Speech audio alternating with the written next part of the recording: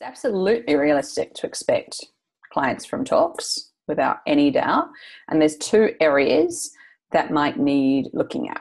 So one, the kind of, I guess, obvious one, or it's actually not obvious, that, one is your pitch at the end, like how strongly you are taking someone from what they came along. It's the same as a webinar, right? Like at the end of your talk, having a structured talk at your workshop, the workshop really should be designed in a way to give people what, but not how, so that they are, given plenty for what they came along for, but they're also left seeing why they would work with you. Does that make sense? Mm-hmm. Just like you would on a webinar. And then at the end, taking time, like taking space and time, not being afraid to take that time really strongly to tell people, now this is what we've done today. These are the areas. It's hard for me to give an example because there's a million examples, but, these are I'll give you a bit of an example of the webinar that I was working on. Like we gave a plan, but then we said, like, basically everyone knows these plans. Everyone knows to eat well and to exercise and all these. The number one reason that people don't implement what they come along to my workshop and learn is because of accountability, because of confusion along the way, and because of mindsets that come up and throw us off with no one there to talk to about. Like, that's just one example. Work on my with my one-on-one clients and get such amazing results because those are the reasons that we all know what to do at some level, but we're not doing it. And then really strongly going into, and you can even say, it depends on that, you got to be in integrity, but whatever's truly happened at the workshop could be, some of you have been coming up and asking me about this or this. And, I'd just like to share that with everyone, how you can work with me and how that would look. And then go into, so I work, as a health coach, I work with XYZ market, and I have a signature program which is blah, blah, blah, and go into fully explaining not just how you can work with me, go right into, like, study people's webinar pitches would help. Like, you can watch, any of mine that are on YouTube, or study how people are doing, like walking through the program. You might even have slides. If you have a workshop that's got slides, and get your slides up of your course too. And then offer people, something like as a participant here today, you all get a complimentary discovery session with me to explore if the program is a good fit. You can get a little bit tricky in between, where it's kind of like, I'm going to give you this call to actually go through the plan that we did in the workshop today, but you still need to be clear that it is really for people looking to advance into the program, if that makes sense. Yeah, so you have a choice, and this is for everyone. If you don't want to talk about your program because you're afraid of selling, black and white, you won't get clients. It's that much of an equation. Everybody needs to see that. I know that it's still scary, and all these things, but black and white. Someone I was talking to yesterday, was like, well, I haven't been working on my business for a few months, and I think it's all gone backwards because I haven't got a client. Well, yeah, you haven't got a client because you haven't been working on your business. Please don't create big drama stories. And there's a black and white math that all of you can no doubt find for yourself that we saw with her. When she's working, yes, she gets clients. Don't go into, I'm not getting clients because you told me at the beginning of the call you haven't been working on your business. And so to extend that here is, if you're not telling people about your program, yeah, they're not going to buy. Like, it's kind of black and white, so that's certainly one thing to start really working on for yourself if you're feeling, kind of icky. Something I was talking about, excuses. I kind of know that, and I just kind of feel icky about selling. That's an excuse to not do it.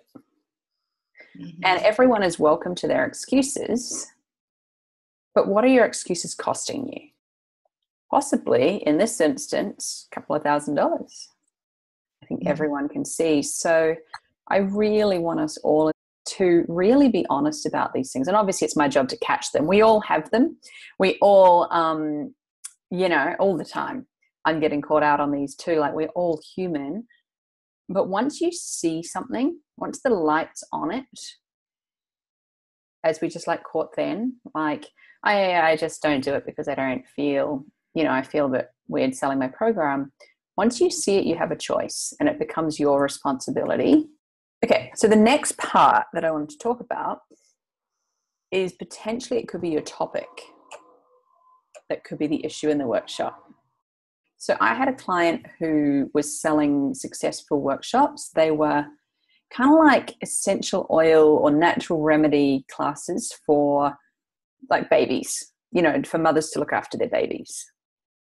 And she was selling like filling the room with these workshops and then not able to convert to one-on-one clients. Mm. And when we dug into it, it's because the pain point that the mother had was, my child's sick. I need to help my child. I need to help my child. And they come along to the workshop, and then she's standing in the workshop going, well, as mums, it's really about our self-care, and here's my health coaching program for you. It wasn't a match for the pain point. She needed to either design the workshop in the first place for mums and things to look after mums, so it was a natural progression, or she needed to make her offer about taking it further to look after the kids. A term that a friend of mine, Zach, talked about in challenges, it's like problem, solution, problem. I normally say like close the door on one problem, open the next, but it's the same thing, right?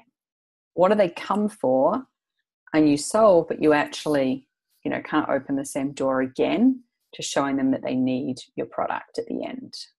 Well, instantly, and I know I'm not watching your presentation, but instantly I'm like, great, she just told me to do clean eating, self-care.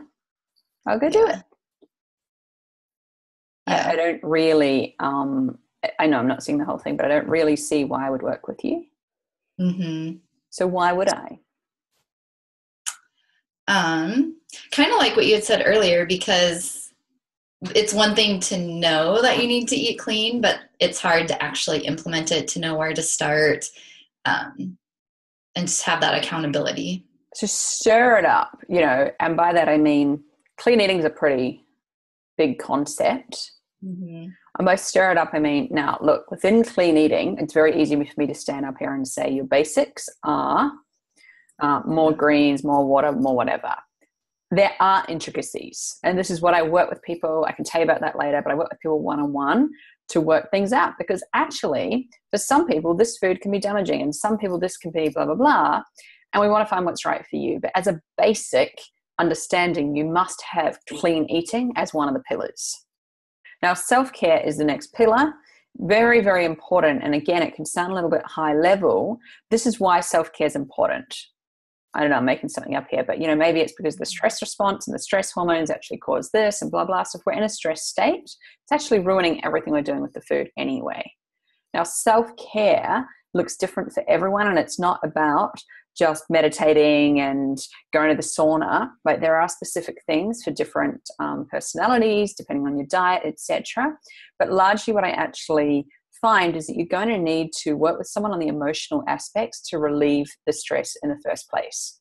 Most of us are, reacting because of an emotional response. And that's something I work with clients on one-on-one to actually identify what it is for them. But you can start by looking at journaling and things like that. Like, if you just say self-care, I'm like, I'm not paying you to teach me self-care. Mm-hmm. And you just told me in the workshop anyway. So yeah. We explain at the end of each section why this is what I'm showing you today, and this is the fundamental. And you need to open the door at the end of each section, really, to show, now this is the answer, but actually, there are intricacies. Yes, some of you have been asking me over the break about blah, blah, blah. Like, yes, everyone is different, and I'm giving a group workshop here today. I can tell you later about, how I could help you one-on-one. If you do those 2 tweaks that we just talked about and really do those pieces, you'll see a massive difference. This coaching corner was a snippet of a laser coaching session in my Upswing Mastermind program, the ultimate 6-month business experience where I support new health coaches to build their clients' cash flow and confidence. To help you get started right away with your own health coaching business, I've put together a free Healthy Wealthy Biz ebook. This is packed with 10 case studies of wellness entrepreneurs who made a great living in their first 6 to 12 months in business. Download the ebook now for expert marketing tips and to find out how they did it so you can do the same. I've dropped the link below this video. If you found this Coaching Corner video useful, hit the like button, subscribe to my channel, and please leave a comment. I love to hear your thoughts and takeaways. Thanks so much for watching this episode, beautiful. I will see you next time.